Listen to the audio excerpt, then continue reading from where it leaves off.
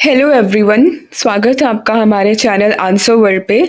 आज के इस सेशन में हम वीकली करंट अफेयर्स डिस्कस करेंगे एमसीक्यू फॉर्मेट में। ओके, और ये सेशन आपके सभी एग्जाम्स के लिए काफ़ी इंपॉर्टेंट होने वाला है। So let's start. Question number 1. Which country has recently collaborated with India to develop the युग युगीन भारत नेशनल म्यूजियम? ठीक है, हमने किस कंट्री के साथ में कोलैबोरेट किया है टू डेवलप युग युगीन भारत म्यूजियम? करेक्ट आंसर हो जाएगा हमारा option A, France. Okay, France की मदद से हम अपना वर्ल्ड का लार्जेस्ट म्यूजियम डेवलप कर रहे हो। ओके, ये बनने के बाद हमारा वर्ल्ड का लार्जेस्ट म्यूजियम हो जाएगा युग युगीन भारत। कहाँ पे बन रहा है ये? न्यू दिल्ली में बन रहा है। ओके, न्यू दिल्ली में बन रहा है। और फ्रांस से हम हेल्प क्यों ले रहे हैं? बिकॉज फ्रांस को काफ़ी एक्सपर्टीज़ है ये म्यूज़ियम डिज़ाइन और आर्किटेक्ट वगैरह में, क्योंकि आपको पता है कि अभी प्रेजेंट में जो वर्ल्ड का लार्जेस्ट म्यूज़ियम द लूवर है वो पेरिस में ही लोकेटेड है। ओके, और ये बनने के बाद युग युगीन भारत नेशनल म्यूज़ियम बनने के बाद ये हो जाएगा वर्ल्ड का पहला, मतलब वर्ल्ड का largest museum. 1.5 lakh square kilometres में लगभग ये फैला होगा। Okay, moving ahead. Question number 2. Which two countries' space startup have recently collaborated to study using laser-equipped satellites to address orbital debris removal? ठीक है, कौन सी दो कंट्रीज के स्पेस स्टार्टअप्स ने कोलैबोरेट किया है to address orbital debris removal? Okay, correct answer will be Japan and India. Option 2, Japan and India. दो startup companies का नाम क्या है? देखो, जापान की जो कंपनी है उसका नाम है ऑर्बिटल लेजर्स, और इंडियन की एक रोबोटिक्स कंपनी है, इसका नाम है इनस्पेस सिटी। ओके, इंडियन कंपनी का क्या नाम है? इनस्पेस सिटी। और जापान की जो स्टार्टअप कंपनी है उसका नाम है ऑर्बिटल लेजर्स। ओके, अभी देखो रिसेंटली आपने न्यूज़ में सुना होगा कि इंडिया और जापान ल्यूपेक्स मिशन पे भी काम कर रहे हैं। LUPEX mission is lunar polar exploration. क्या करेगा? ये एक्सप्लोर करेगा मून के साउथ पोल को। कब लॉन्च होगा? 2026 में लॉन्च होगा। ओके, ल्यूपेक्स मिशन आप याद रखना। ये क्वेश्चन आया था इस बार के पीसीएस में, पीसीएस 2024 में, यूपी पीसीएस में। किसके किसके बीच का है? जापान और इंडिया का है। Moving ahead. Which organization is planning to have a all-women scientific lunar mission by September 2026, where girl students from 108 countries will work alongside the company's team? Okay, correct answer क्या है हमारा? Option 1, Space Kids. Okay, ठीक है, कौन सी company plan कर रही है all women scientific lunar mission का? कंपनी का नाम है, ऑर्गेनाइजेशन का नाम है स्पेस किड्स, और इस मिशन का क्या नाम है? मिशन शक्ति सैट। क्या नाम है? मिशन शक्ति सैट। शक्ति सैट। ओके, आप इसको अच्छे से याद रखना। Moving ahead. Former Prime Minister Kostas Simitis, a law professor and a reformist, has passed away. He was a former PM of which country? So correct answer will be option 2, Greece. Okay, moving ahead. Which of the following points are correct with respect to 82nd edition of Golden Globes Awards 2025 was held in January 25 in California, US? Okay, आपको बताना है correct options कौन कौन से इसमें से। तो देखो ये सारे ही ऑप्शंस करेक्ट हैं। Correct answer will be all A, B and C. Okay, all A, B and C. American actor and 3-time Golden Globes winner Ted Danson received the first ever Carol Burnett Award 2025 for his role as okay. पहली बार इन्होंने ये receive किया है, first ever award है ये Carol बर्नेट award. किसने जीता है? टेड डैंसन ने। American actress and film producer Viola Davis was presented with the Cecil B. DeMille Award for her powerful performance in Fences. Okay. Emilia Perez won 4 awards, including Best Pictures, Best Supporting Actress, Best Non-English Feature, and Best Original Songs. Okay, moving ahead.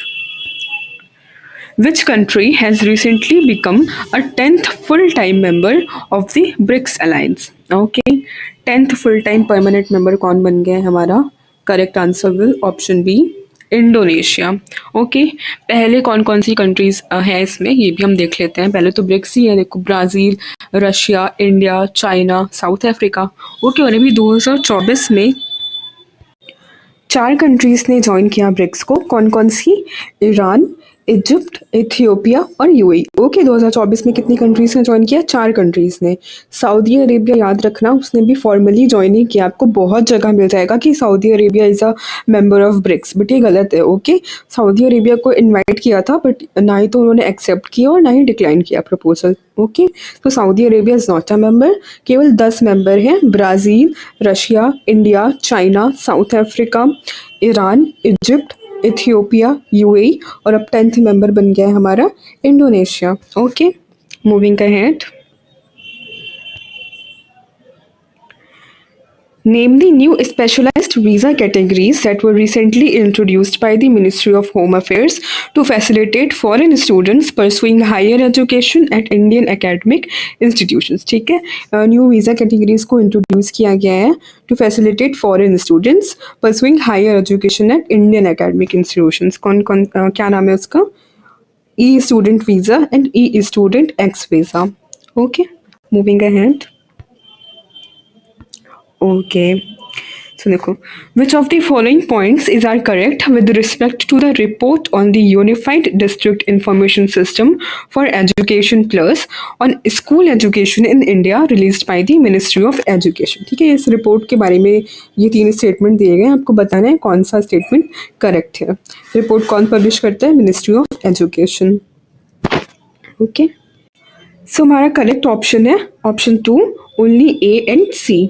ठीक है, ए वाला सही है और सी वाला सही है, और बी क्यों रॉन्ग है ये भी हम डिस्कस करते हैं। ठीक है, पहला statement, school enrolment of students in India decrease होगा है। ठीक है, स्कूल इनरोलमेंट को देखो, ऐसा हम समझते हैं कि जैसे जैसे इकॉनमी डेवलप करती है किसी कंट्री की तो स्कूल एजुकेशन तो अच्छा ही होगा ना, बट देखो स्कूल इनरोलमेंट में डिक्रीज आया है from 25.17 crore to 24.8 crore. Okay, this point is correct.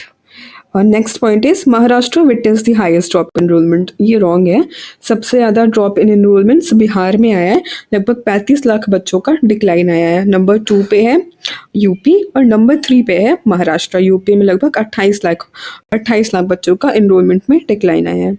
ठीक है, नंबर 1 डिक्लाइन किसमें है? Bihar, number 2 UP, number 3 Maharashtra.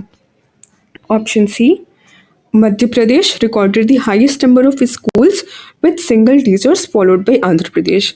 ये ऑप्शन हमारा बिल्कुल सही है। तो ए और सी एकदम सही है और बी वाला रॉन्ग है। करेक्ट आंसर क्या होगा हमारा? 2। Moving ahead, which organization has recently built the 2 fast petrol vessels Amulya and Akshay launched by Vandana Agarwal for the Indian Coast Guard? Okay, किस ऑर्गेनाइजेशन ने डेवलप किया है हमारे फास्ट पेट्रोल वेसल्स, जिनका क्या नाम है? अमूल्य और अक्षय। ठीक है, ये नाम याद रखना, ये दोनों क्या है? अमूल्य और अक्षय फास्ट पेट्रोल वेसल्स हैं फॉर इंडियन कोस्ट गार्ड। और डेवलप किसने किया है? गोवा शिपयार्ड लिमिटेड ने। Okay, Goa shipyard limited, sorry. Okay, moving ahead, which of the following is are correct with respect to the 6th edition logistic ease across different states? अच्छा, logistics का मतलब समझते हो आप? लॉजिस्टिक्स का मतलब होता है माल को एक जगह से दूसरी जगह तक ले जाने की प्रक्रिया को लॉजिस्टिक्स कहते हैं। ठीक है, so logistics ease across different states report recently released by union minister Piyush Goyal, ministry of commerce and industry, New Delhi. Okay, report के क्या क्या चीज़ें आपकी सही है इस रिपोर्ट के अकॉर्डिंग, ये हमें बताना है। तो देखो, सारी चीज़ें सही दी हैं इसमें। Correct answer will be option 4, all A, B and C. ये लीड्स रिपोर्ट क्या है? Basically it is to promote inter state competitiveness and help policy makers to improve logistics performance. Okay, help करती है हमें इंटर स्टेट कॉम्पिटिटिवनेस बढ़ाने में, और policy makers को हेल्प करती है कि वो लॉजिस्टिक परफॉर्मेंस को और इम्प्रूव कर सके। ठीक है, अब सारे ऑप्शंस देख लेते हैं एक बार। Logistic sector will play a crucial role in achieving a $32 trillion economy by 2047। बिल्कुल करेगा, क्योंकि लॉजिस्टिक्स हमारा आपको पता है 13 to 14% कंट्रीब्यूट करता है हमारी इंडिया की जीडीपी में। Okay, point 2, Gujarat, Karnataka, Maharashtra, Odisha and Tamil Nadu were awarded the top rank of achievers. ठीक है, ये पॉइंट आप याद रखना।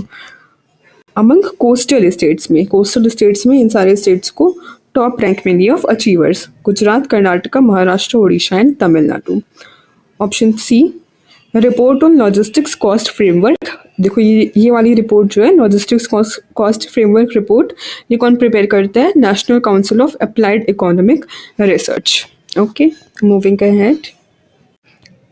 Prime Minister Narendra Modi recently inaugurated and laid the foundation stone for development projects worth over rupees 12,200 crore, including metro expansions and infrastructure upgrades in Delhi. Which of the following is correct with respect to the project? ठीक है, correct options हमें बताने हैं. Option A, PM Narendra Modi inaugurated a 15-kilometer stretch of the Namo Bharat corridor between Sahibabad in Ghaziabad, Uttar Pradesh and New Ashoknagar in Delhi, costing around rupees 4,600 crore. Okay, सारे points देखो एकदम सही से ही दिए हैं, बस ये 15 kilometre का स्ट्रेच नहीं है, 13 किलोमीटर स्ट्रेच है. ओके, और बाकी चीज़ें हम याद रखना कहाँ से कहाँ तक है. साहिबाबाद, गाजियाबाद से लेकर के अशोकनगर, न्यू दिल्ली तक. Okay. Option B, PM Narendra Modi also laid the foundation stone for a modern campus of the Central Ayurveda Research Institute in Rohini, New Delhi, to be built at a cost of rupees 185 crore. बिल्कुल सही है ये option. Foundation stone रखा है PM Modi ने to build a modern campus for the Central Ayurveda Research Institute in New Delhi. कहाँ पे बन रहा है ये? नई दिल्ली में बन रहा है. Okay. Option C, PM Narendra Modi laid the foundation stone for the 26.5 kilometer Rithala Kundli section of Delhi Metro Phase 4, value at 6230 crore. Okay, ये पॉइंट भी सही है. Correct answer will be option 4, only B and C. पहला वाला क्यों गलत है? Because ये 15 किलोमीटर स्ट्रेच नहीं है, 13 किलोमीटर स्ट्रेच है. Moving ahead. January 2025, Dr. Rajagopala Chidambaram, a profound dash, passed away at the age of 88 in Mumbai, Maharashtra. Okay, so he was a profound nuclear scientist. Okay, क्या थे ये? Nuclear scientist थे. पद्मश्री और Padma Vibhushan awardee भी हैं doctor Rajagopal Chidambaram जी. आगे चलते हैं. चलो. Which of the following points is correct with respect to the recipients of the National Sports Award 2024 to be held on 17 January 2015? Okay, National Sports Award announce हुए थे हमारे अभी रिसेंटली जनवरी में, उससे रिलेटेड हम क्वेश्चंस देख लेते हैं. आपको बताना है कौन कौन सा सही है. ओके, करेक्ट ऑप्शन हमें बताने हैं. Olympic medalist Manu Bhaker, Neeraj Chopra, chess world champion Gukesh T, and para-athlete Praveen Kumar were named as the recipients of the Major Dhyan Chand Khel Ratna Award. Option B, Sucha Singh in athletics and Murli Kant Rajaram Petkar in para-swimming were named as recipients of the Arjun Award for Outstanding Performance in Sports and Games 2024. Option C, 32 recipients were selected for the Arjun Awards for outstanding performances in sports and games 2024. Okay, so correct answer is option 3, only B and C. Okay, पहला वाला क्यों गलत है? देखो, Olympic medallist Manu Bhaker को तो मिल रहा है Khel Ratna award, chess world champion Gukesh ji को भी मिल रहा है, पैरा एथलीट प्रवीण कुमार को भी मिल रहा है, बट नीरज चोपड़ा को नहीं मिल रहा है. ओके, किसे मिल रहा है? हरमनप्रीत को मिल रहा है. मेंस हॉकी टीम के कैप्टन है ना हरमनप्रीत, उन्हें मिल रहा है, नीरज चोपड़ा को नहीं. ओके, हरमनप्रीत को. तो बाकी सारे पॉइंट्स सही हैं, बी भी और सी भी. Moving ahead. Which countries have recently become full members of the European Union-led Schengen-free travel zones? Okay, so correct answer है हमारा option 4, Romania and Bulgaria. Moving ahead.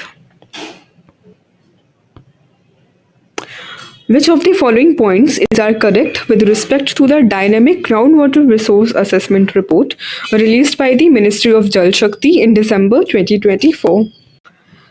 अच्छा, ये जो रिपोर्ट है dynamic ground water resource assessment report, ये 2022 से annual assessment निकाल रही है हमारा ग्राउंड वाटर रिसोर्सेज का. और ये रिपोर्ट कंडक्ट किसके द्वारा कराई जाती है? सेंट्रल ग्राउंड वाटर बोर्ड के द्वारा. Okay, central ground water board क्या है? 1970 में इस ऑर्गेनाइजेशन को बनाया गया था. मिनिस्ट्री ऑफ जल शक्ति के अंदर आता है, डील करता है of ground water and it's related issues. Okay, चलो अब हमारे करेक्ट ऑप्शंस कौन कौन से वो देखते हैं। देखो, option A, the average stage of ground water extractions for India stands eight 60.47%। और ये चीज़ हमने अभी डिस्कस की ना, the assessment was conducted by the central ground water board in partnership with states and UTs of India.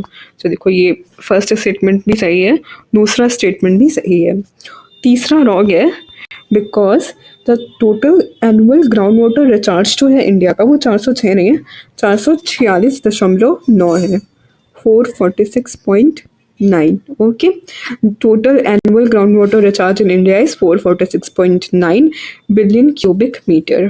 Correct answer हो जाएगा, correct बताना है ना, तो ए और बी सही है हमारा, तो correct answer will be option 1, only A and B.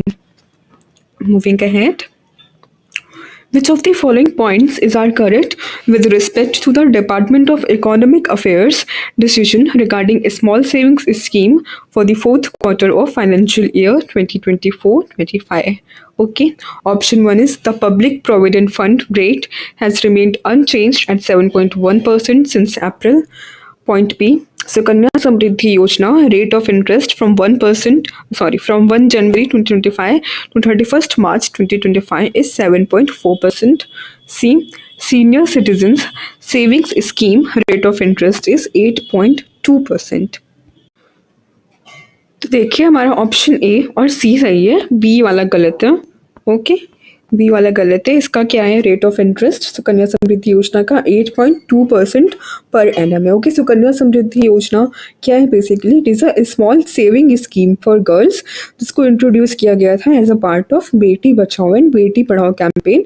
2015 में इस योजना को लॉन्च किया गया था। ठीक है, और ऑप्शन ए और सी सही है, तो करेक्ट आंसर क्या हो जाएगा हमारा, option 2, only A and C.